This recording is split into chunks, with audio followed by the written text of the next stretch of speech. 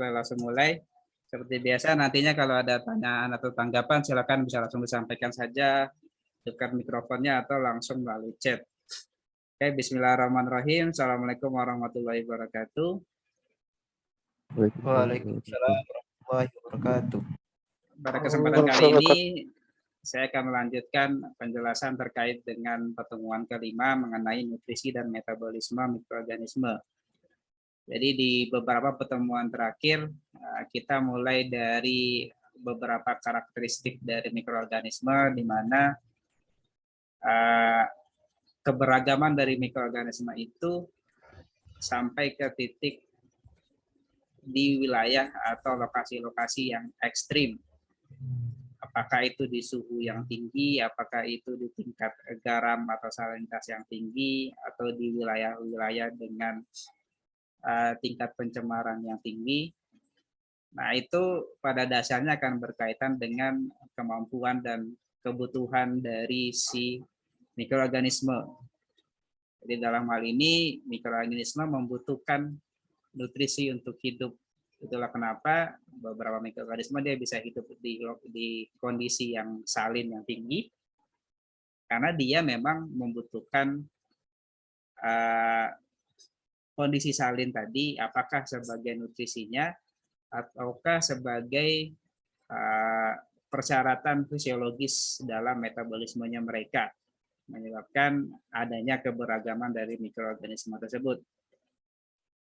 Di pada pertemuan ini, sebelumnya juga kita sudah membahas ada beberapa struktur spesifik yang ada di membran sel yang menyebabkan suatu mikroorganisme atau satu sel mikroorganisme dia bisa mengambil nutrisi.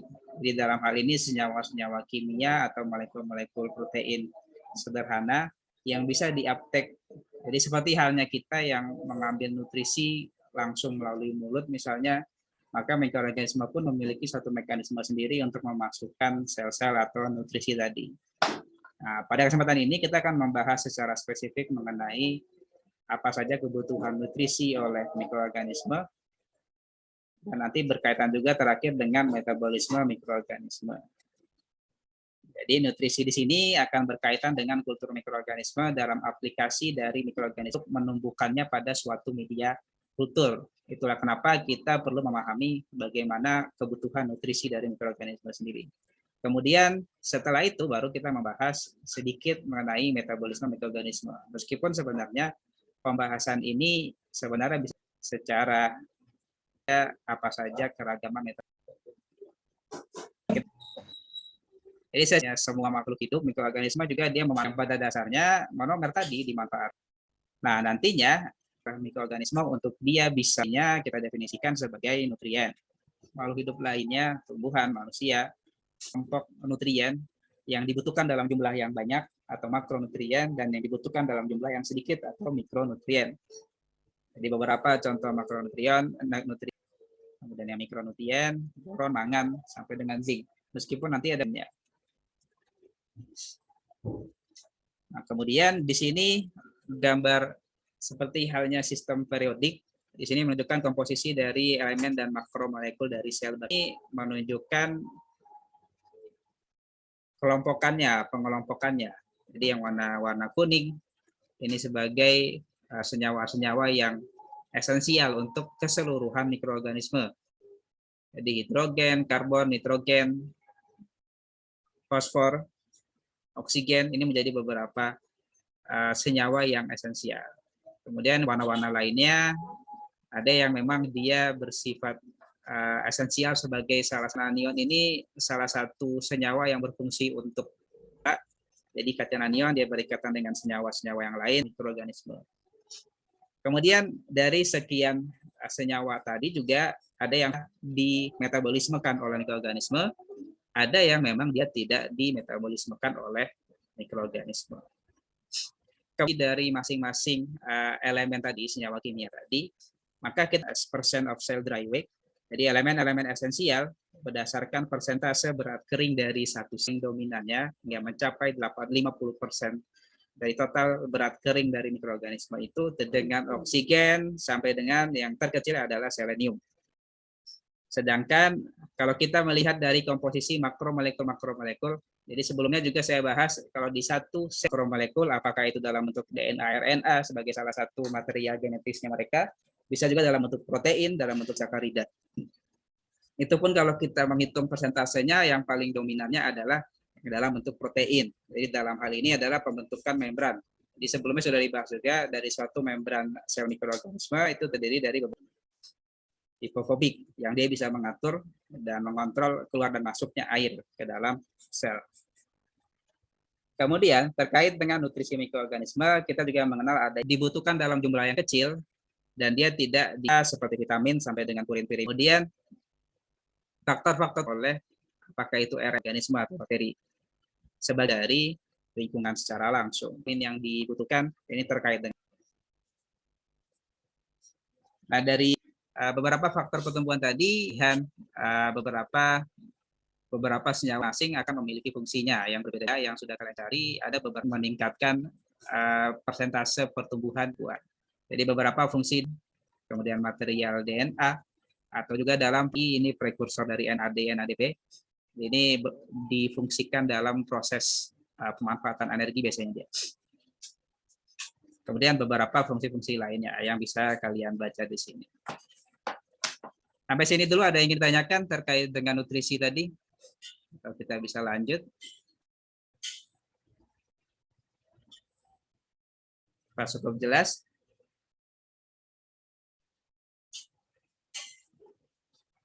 Halo?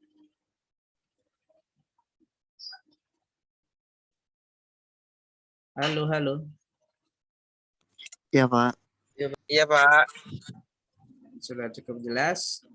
Bisa kita lanjut? Sudah, Pak. Lanjut, Pak.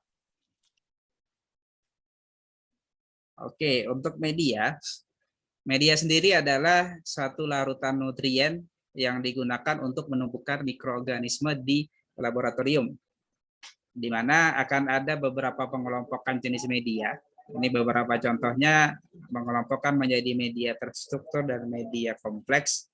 Yang terstruktur ini disiapkan untuk menambahkan substansi kimia murni, baik yang organik maupun anorganik, dengan beberapa komposisi kimia tertentu.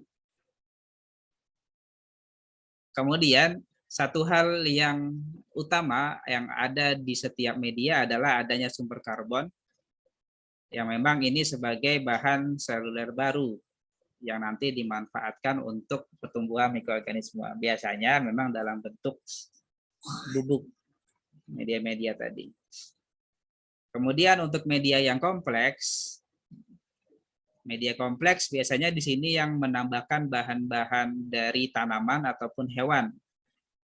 Jadi protein susu seperti kasein, kemudian penggunaan daging, kedelai, dan substansi-substansi lain yang memang dia memiliki nilai gizi yang tinggi.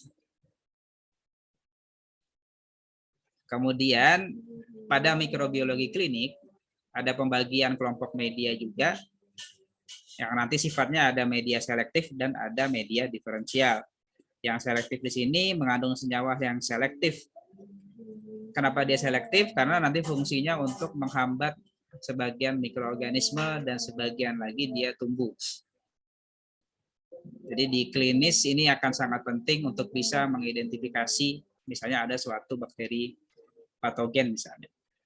Kemudian ada media diferensial, ini biasanya mengandung indikator pewarna. Jadi nantinya ketika ada jenis tertentu yang ditumbuhkan pada media tadi, maka akan menyebabkan munculnya satu warna khusus. Sehingga nanti kita bisa mengidentifikasi suatu kelompok mikroorganisme hanya dengan menggunakan media diferensial ini. Jadi hanya dari sisi warna penampakan secara langsung kita bisa melihat, oh kalau ini masuk ke kelompok yang A, yang ini masuk yang kelompok yang B. Kalau berbeda dengan yang selektif, dia langsung memblok dari awal. Jadi beberapa mikroorganisme memang langsung tidak bisa tumbuh dia pada media tersebut.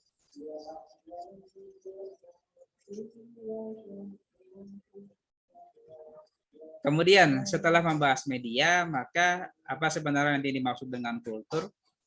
Jadi kultur mikroorganisme itu pemeliharaan atau pembudidayaan mikroorganisme. Di pada dasarnya kultur ini dilakukan setelah kita berhasil memurnikan satu jenis mikroorganisme. Jadi secara alaminya, sebagai contoh, misalnya kalian mengambil satu sampel dari permukaan kulit misalnya. Nah, ketika kalian memindahkan sampel dari permukaan kulit langsung ke media pertumbuhan, maka nanti kemungkinan akan ada beberapa jenis, bisa jadi ribuan atau jutaan mikroorganisme yang berbeda spesiesnya, atau mungkin malah kelompoknya juga yang berbeda-beda yang akan tumbuh di satu media. Nah, nanti akan ada teknik-teknik khususnya yang bisa digunakan untuk bisa menumbuhkan mikroorganisme spesifik. Jadi contohnya tadi dengan pemanfaatan media-media selektif contohnya dan lain sebagainya.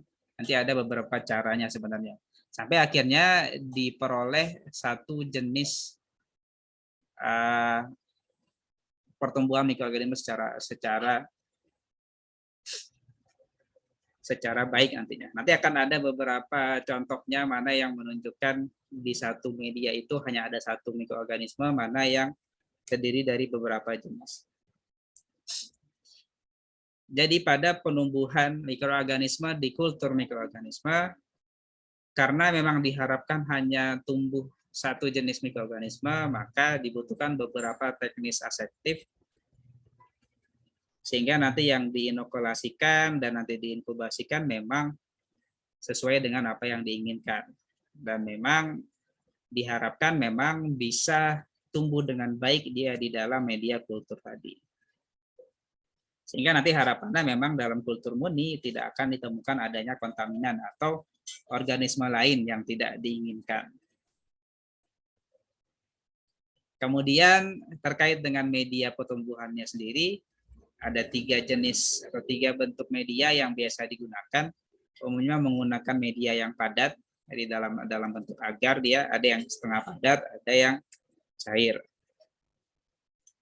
Nah, untuk memastikan memang pada saat kita menumbuhkan mikroorganisme itu tidak ada transfer lagi, tidak ada mikroorganisme lain yang masuk, contohnya apakah yang berasal dari udara atau yang lain sebagainya, maka kita ada menggunakan teknik transfer aseptik seperti yang bisa dilihat pada gambar ini.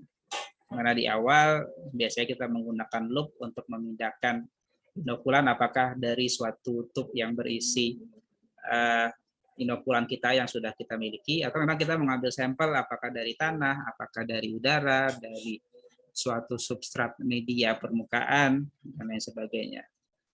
Jadi nanti setelah diambil, maka nanti akan disebarkan pada suatu media, tergantung nanti medianya, jenis media apa yang nantinya akan digunakan. Nah, pada saat penyebaran si mikroorganisme dari inokulan tadi, di sini contohnya pada suatu cawan Petri, ada beberapa teknik gores yang bisa digunakan. Harapannya juga teknik gores yang ditampilkan di sini diharapkan nanti akan menumbuhkan atau akan menyebarkan jenis dari mikroorganismenya. Dan diharapkan memang yang nanti tumbuh itu koloni-koloni yang kecil atau single koloni setelah inkubasi. Karena kalau tidak disebar seperti ini atau teknik gores seperti ini, bisa jadi nantinya yang tumbuh itu mikroorganismenya dalam bentuk yang tertumpuk-tumpuk. Karena kan dia akan sangat kecil sekali ya. Jadi ketika kita ambil menggunakan loop, mungkin sekilas dia nampaknya tidak terlihat banyak, tapi dia sebenarnya sangat banyak sekali. Dan salah satu teknik gores ini adalah digunakan untuk menyebarkan si mikroorganisme tadi. Sehingga nantinya di akhir strike-nya, goresan yang di sini, yang terakhir di sini, ini kan 1, 2, 3, 4, goresan keempat diharapkan itu yang memang sudah tersebar dengan baik. Sehingga biasanya yang kita amati atau yang kita lanjutkan ke proses apakah nanti menggunakan media diferensial atau yang selektif, biasanya yang di ujung di sini, yang single koloni di sini yang berhasil kita identifikasi. Jadi ini gambaran dari goresannya. Jadi yang awal dari gambar A ini diambil dari loop yang sudah disterilisasi, masukkan ke dalam tabung, kemudian digores ke cawan. hasilnya nanti kurang lebih akan seperti ini. Berdasarkan goresan, mulai dari goresan yang awal sampai dengan goresan akhir. Jadi ini contoh goresan di blot agar. Nah, itulah dia berwarna merah. Bakterinya sendiri adalah Macrococcus luteus.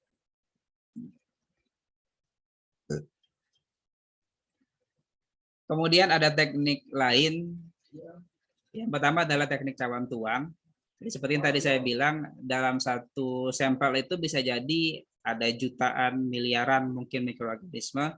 Dengan kita mengencerkannya, maka diharapkan nanti akan lebih sedikit dan kita bisa melakukan, biasanya contohnya ini dalam perhitungan sel mikroorganisme. Jadi contohnya nanti ke NPM dan lain sebagainya, nanti pemanfaatannya atau aplikasinya.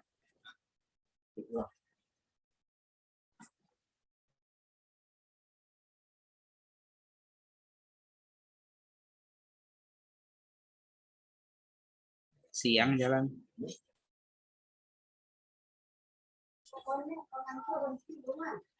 Oke, selanjutnya terkait pertumbuhan pada media pertumbuhan mikroorganisme, biasanya itu yang banyak digunakan adalah media padat. Jadi cawan Petri biasanya untuk mendapatkan kultur yang murni, sedangkan dalam penyimpanan biasanya menggunakan tabung reaksi biasanya. Jadi tabung reaksi yang dimiringkan, sehingga luas permukaannya akan lebih luas dibandingkan kita meletakkannya dengan tegak di tabung reaksinya. Kenapa pada media padat biasanya digunakan? Karena memang pada media yang padat itu sel-selnya akan lebih kecil kemungkinannya untuk termobilisasi, sehingga akan dengan mudah terbentuk koloni-koloni sehingga mudah untuk diidentifikasi. Biasanya koloni-koloni bakteri yang tumbuh, kalau kita amati pada suatu media pertumbuhan, dia akan memperlihatkan berbagai bentuk, warna, yang nanti akan dipengaruhi oleh organisme. Di mana nantinya bentuk ataupun warna tadi berbeda-beda tergantung dari kondisi kultur, nutrien, ada atau tidaknya oksigen, faktor fisiologis, dan lain-lain sebagainya.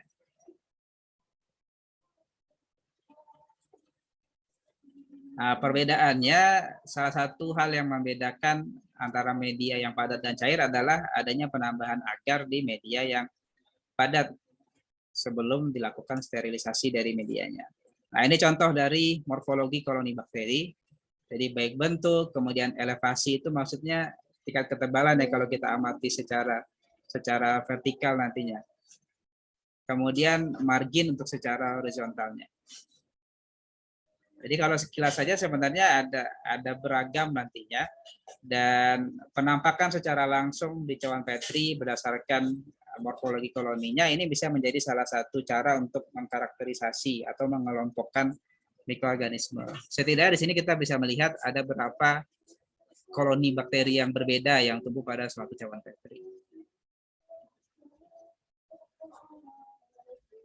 Kemudian untuk media pertumbuhan dan kultur sendiri ada yang dikatakan sebagai enrichment culture atau kultur pengkayaan, di mana kita menggunakan media kultur selektif dan kondisi inkubasi untuk bisa mengisolasi mikroorganisme dari sampel.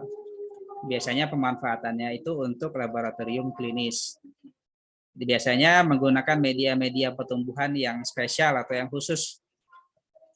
Tahapan-tahapannya biasanya yang pertama menumbuhkan dulu di media umum, contohnya di agar darah, baik di kondisi yang aerobik ataupun fakultatif aerobik. Kemudian baru di media pengayaan, biasanya ada faktor pertumbuhan spesifik untuk pertumbuhan bakteri selektif. Jadi contohnya gonorrhea. Kemudian penggunaan media selektif, di mana media selektif dia menghambat organisme lain dan membiarkan organisme lainnya tetap hidup. Jadi di sini menghambatnya dengan suatu agen inhibitor. Kemudian ada penggunaan media diferensiasi yang tujuannya nanti tadi kita melihat pertumbuhan dari koloninya untuk bisa mengidentifikasi berdasarkan pertumbuhan, warna, dan karakteristik fisik dari media atau si koloni tadi. Ada 3 macam media berdasarkan Atlas 2005. Ada media agar, ini yang paling umum digunakan. Jadi agar yang di sini dari alga laut, ekstrak polisakaridanya, dia akan mencair di suhu 84 derajat Celcius dan akan menjadi padat pada suhu 38. Untuk media yang solid itu agarnya 15, kurang lebihnya 15 gram per liter. Yang lembut ataupun semi solidnya di 7,5 sampai dengan 10. Kemudian untuk yang media kedua, pepton, suatu media kompleks yang mana tidak semua komponen kimia spesifik diketahui dari media ini. Kemudian di media ini digunakan pepton sebagai sumber nitrogennya.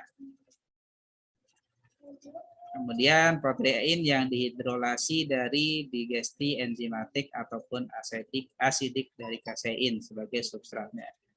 Yang ketiga ada yang berasal dari ekstrak cairan ataupun dari daging, dari kultur-kultur. Jadi dia berupa amino asid ataupun beberapa rantai peptid. Kemudian karbohidrat, vitamin, sampai dengan trace metal, dan penggunaan jaringan-jaringan hewan ataupun tumbuhan. Biasanya yang jaringan hewan itu tinggi akan protein larut dan glikogen, ya, sedangkan tumbuhan yang tinggi dengan karbohidratnya. Oke, beberapa contoh ada kultur darah. Jadi kultur darah di sini pemanfaatannya di mikroorganisme klinis. Jadi kehadiran mikroorganisme pada darah, ada contohnya ada bakteremia, yang mana ini bisa disebabkan karena adanya kejadian invasi ketika menyikat gigi, operasi dental, ataupun trauma. Jadi ketika terjadi infeksi yang sistemik, maka akan muncul mikroorganisme dalam darah. Sehingga dibutuhkan memang kultur darah di sini. Kejadian tadi itu dinamakan septisimia atau sepsis, di mana infeksi darah oleh organisme virulen yang memasuki darah melalui suatu infeksi dan lain sebagainya. Jadi gejalanya itu bisa menjadi gejala sistemik yang parah, menyebabkan demam, gigil, sampai dengan kelelahan.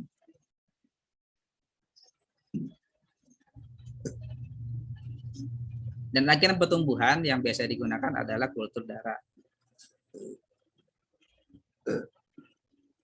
Kemudian ini juga biasa digunakan untuk bisa menumbuhkan, contohnya untuk mengidentifikasi apakah ada bakteri gram positif, gram negatif, dan berbagai macam. Mungkin juga selain bakteri ada juga fungi-fungi yang bersifat patogen. Ini beberapa standar prosedur untuk kultur darah, dari penggunaan darah vena.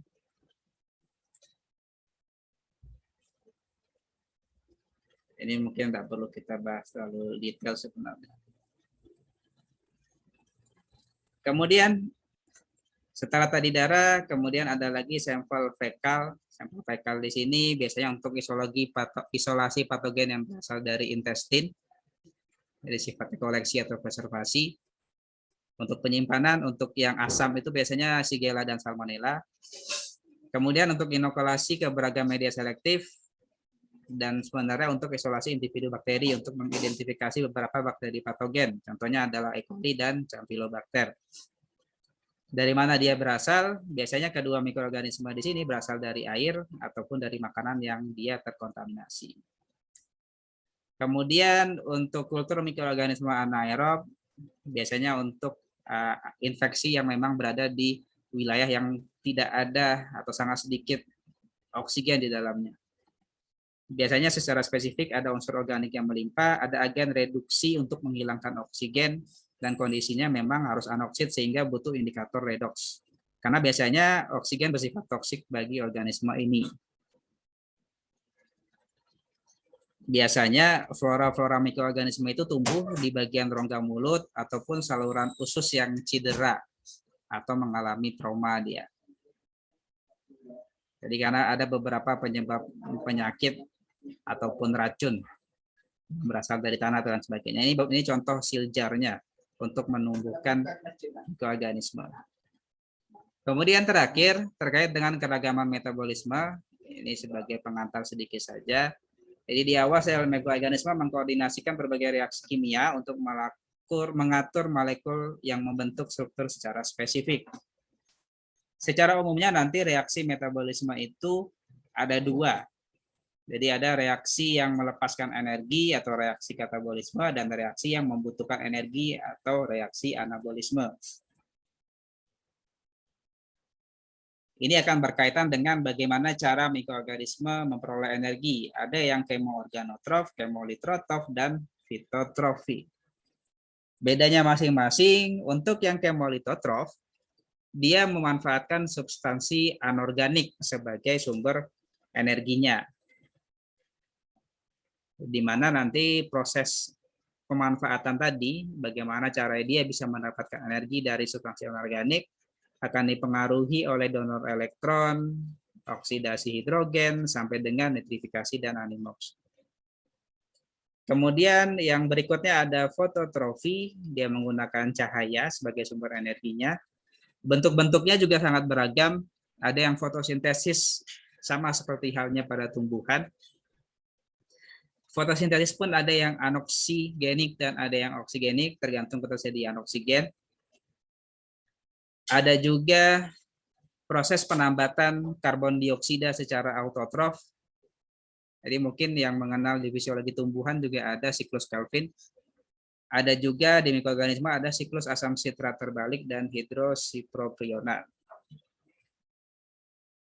Kemudian setelah fototropik ada juga respirasi anaerob, pertumbuhan anaerob, yang mana memang pada umumnya ini di kelompok prokariot dia yang berada pada pertumbuhan anaerob. Dia tidak menggunakan oksigen sama sekali sebagai akseptor elektronnya.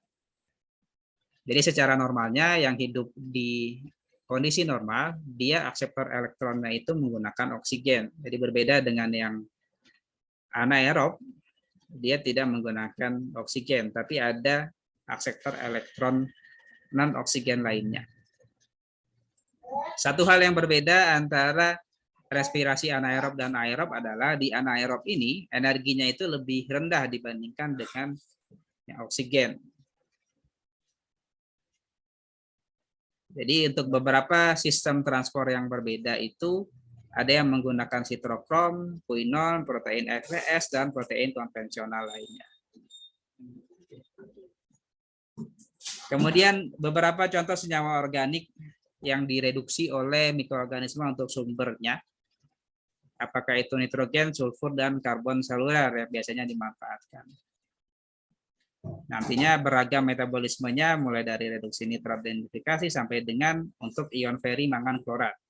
Jadi respirasi ini sebenarnya penting di beberapa proses aplikasi mikroorganisme, apakah itu di penggunaan digester atau di pengolahan atau pemurnian logam misalnya. Dalam pemurnian logam-logam, ketika kita ingin mengekstrak logam-logam khusus dari suatu lokasi, kita memanfaatkan respirasi anaerob sebenarnya. Dalam proses untuk bioremediasi juga memanfaatkan beberapa respirasi anaerob juga.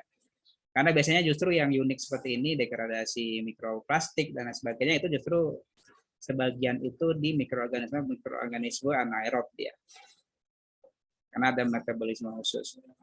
Kemudian ada juga fermentasi, yang mana di sini berlangsung ketika pada kondisi yang penuh dengan air atau larut air, oksigen yang tidak cepat larut menyebabkan beberapa lingkungan itu menjadi lingkungan yang anoksik.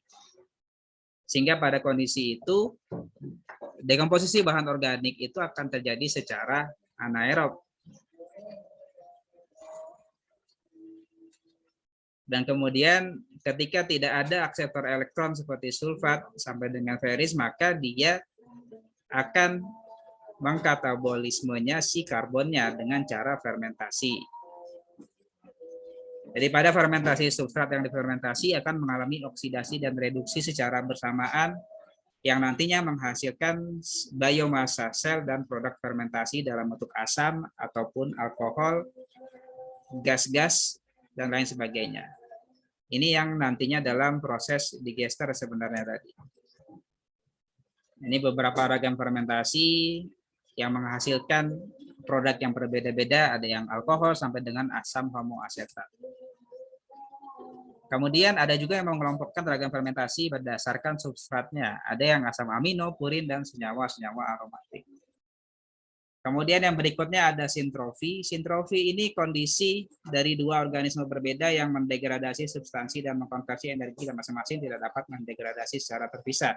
Jadi dua organisme dia mendegradasi suatu substansi, dia memanfaatkan atau mengkonversi energi dari masing-masing, tapi dia tidak bisa mendegradasi secara terpisah. Jadi dibutuhkan dua mikroorganisme untuk bisa mendegradasi suatu substansi yang khusus. Biasanya ini banyak berperanan pada siklus karbon.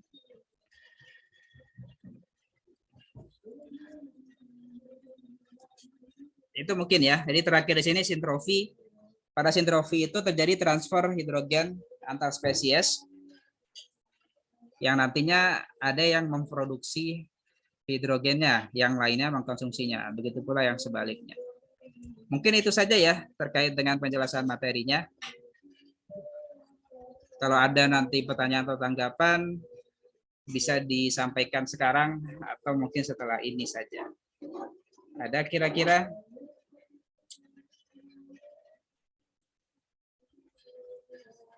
Sudah cukup?